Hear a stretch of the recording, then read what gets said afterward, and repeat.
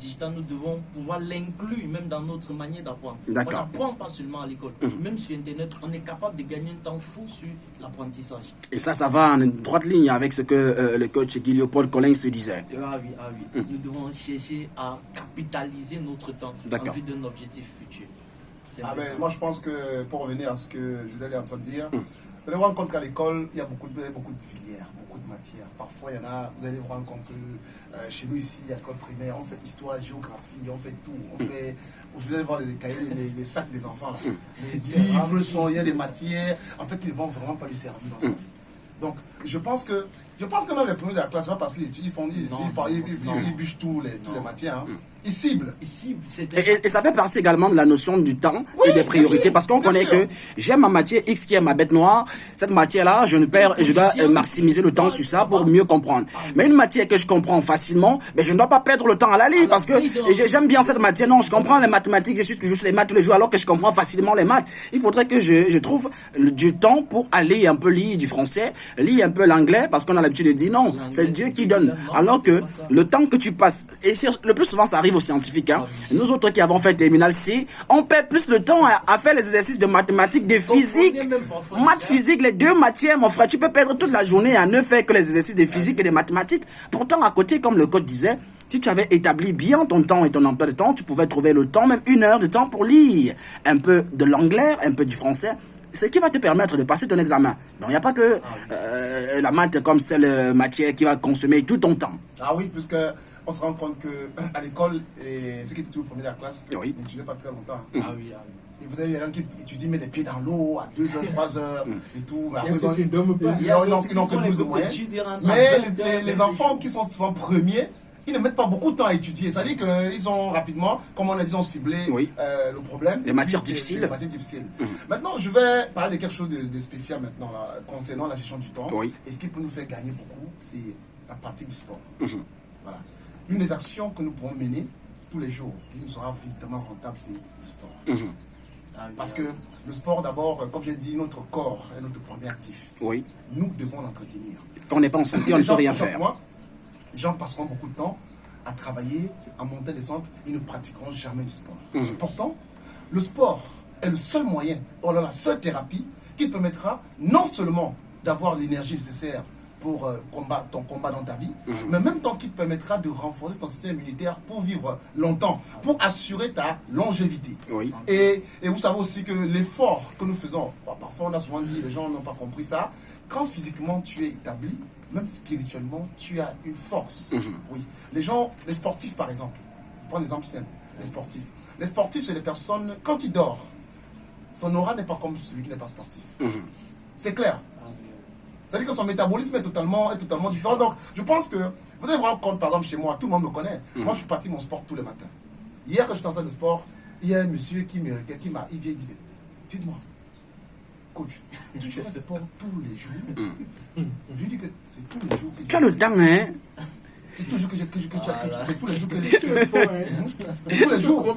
Pourquoi? Parce qu'en fait, j'ai compris que, déjà, tout le monde sait, chez moi, entre 6h et 10h, je ne prends pas d'appel. C'est clair. Parce que je suis en salle de sport. Il n'y a rien à faire. Et comme je disais tantôt, quand tu as ciblé la priorité, il y a des actions qui peuvent... Et imaginez-vous, quand vous donnez déjà un rythme à votre vie, les gens autour de vous, chez moi, tout le monde sait dire que quand on l'appelle à telle heure, il ne prendra pas le téléphone. Même si on est n'importe quoi pour lui, on va attendre après. J'ai des heures, par exemple, où je suis en formation dans mes séminaires. Mon téléphone, lui, il est silencieux. Je ne touche pas jusqu'à la fin. Et tous ceux qui sont proches de moi savent que c'est comme ça. Alors, donc je conseillerais les gens à faire une liste de priorités et à mettre la pratique du sport en priorité. Parce que c'est super important. C'est ce qui te fera gagner de l'argent. Vous allez vous rendre compte aujourd'hui que les hommes qui sont riches pratiquent beaucoup de sport. Tous les hommes qui aspirent à la richesse, ils ont mis un capital spécial de temps sur la pratique du sport. Parce que, effectivement, c'est ton énergie qui te permettra de donner davantage, qui te permettra de pouvoir dépasser tes limites, qui te permettra non seulement, parce qu'en pratique du sport, rapidement, vous ne mettez pas l'argent pour l'hôpital. Moi, j'ai souvent dit, j'ai pas l'argent pour l'hôpital. Je disais hier à quelqu'un, je n'ai pas l'argent pour les médecins. Tant mieux. Non, j'ai pas l'argent pour te soigner tous les jours avec ton sport. J'ai pas l'argent pour les Le médecins. sport est une thérapie. J'ai pas l'argent pour les médicaments. J'ai dit, l'argent que je cherche là, il n'y a pas l'argent des médicaments dedans. Il n'y a pas l'argent. Donc, comment je sais? Ayant côtoyé la Chine, ayant vécu en Chine, je sais que les Chinois, ils sont préventifs. Oui. Ils prennent ce qu'il faut pour ne pas tomber malade. Ils font ce qu'il faut pour ne pas tomber malade. Et ne mangent pas n'importe quoi. Oui, j'ai dit une fois, moi j'étais en salle de sport une fois, une salle de sport en Chine, et j'ai salué, il y a un monsieur de 50 ans qui m'a serré la main. En fait, je n'ai pas su qu'il avait 50 ans. Il m'a serré la main. Et puis après, c'est quand on causait après le sport, quand tu es dans le métro en train de rentrer, qu'il me dit, je demande en chinois, c'est quoi son âge? Il me dit qu'il a 50 ans. Mais ce monsieur, quand il vous serre la main comme ça, les os, vous avez l'impression qu'il a 30 ans, qu'il a 25 ans. Oui. Solide plus que tout. En fait, vous mettez du temps à pratiquer du sport, vous vivrez longtemps. Oui. Et vous aurez le temps, si la vie vous a donné des coups, vous avez même l'énergie pour vous rattraper. Ça veut dire que, vous savez, si vous avez fait une affaire sur 10 ans, ça va marcher, vous êtes fatigué, et vous savez maintenant que sur le plan émotionnel et sur le plan du stress Oui. et de la décompression, le sport apporte énormément. Donc, mettre du temps à pratiquer du sport, Oui. mettre du temps à faire ce qui est productif, parce que le sport, ça produit. Oui. Si ça te donne l'énergie, ça te donne la santé, ça te permet de ne pas être malade, Oui. ça te rassure que tu vas vivre longtemps, c'est super productif. Je pense que Mais finalement, ça peut également vous faire découvrir votre talent d'athlète. Hein? Ah bien sûr, puisqu'il y a des personnes qui ont ce talent, qui ne savent pas qu'ils ont un cœur qui est préparé Oui. à faire une compétition par exemple. Donc, pratiquer beaucoup de sport, c'est pas un perte temps.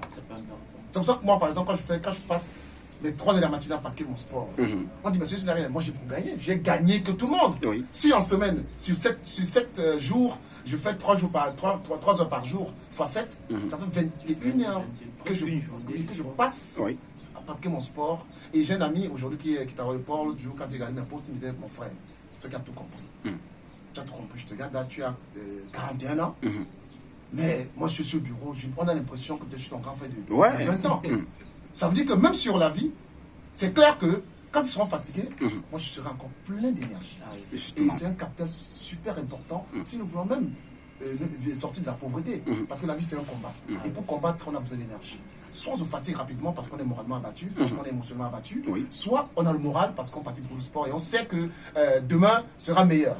Voilà. Donc déjà, mettre beaucoup de temps à pratiquer du sport et mettre du temps, si on est sur les réseaux sociaux, à créer un business en ligne et puis être connecté parce que ça nous fait rentrer de l'argent. Et en même temps, si nous regardons par exemple une émission de télé, rassurons-nous, moi je regarde la télé de temps en temps, je regarde beaucoup plus National Geographic où je prends des informations que les gens ne peuvent pas voir. Un peu, voilà ce que je regarde. C'est la seule chaîne que je regarde. Donc on comprend par là qu'il faut regarder ce qui est bénéfique pour soi. Il faut regarder ce qui est bénéfique. Et maintenant, prendre un cahier